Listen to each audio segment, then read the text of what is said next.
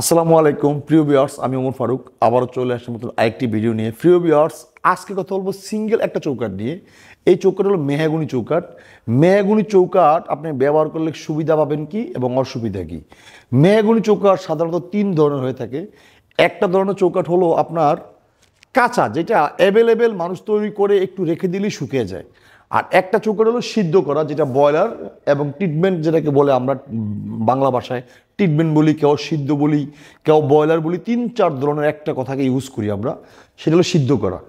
আরেকটা চৌকাঠ আছে স্পেশাল, যেটা হলো একেবারে 100% ফুল শাড়ি।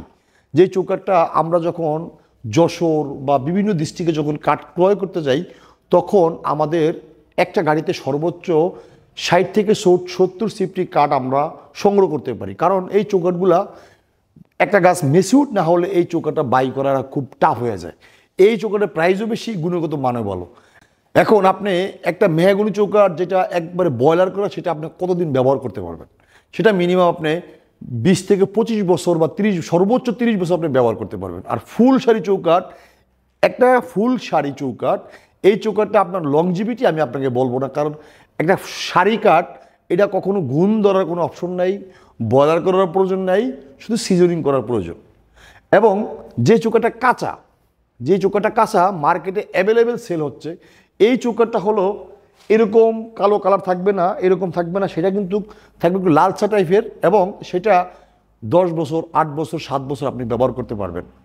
এই ব্যবহারের পরে একটা ফ্ল্যাটে বা একটা বিল্ডিংয়ে যখন এই ধরনের চৌকাঠগুলো ব্যবহার হয়, তখন কাস্টমার কিন্তু একটা মানসিক চাপে পড়ে। কেমন?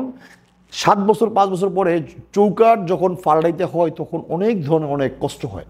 একটা চৌকাঠ পাল্টানোর উপরে কিন্তু অনেক ধরনের অনেক ঝামেলা সৃষ্টি হয় এবং অনেক অনেক পেন নিতে হয়।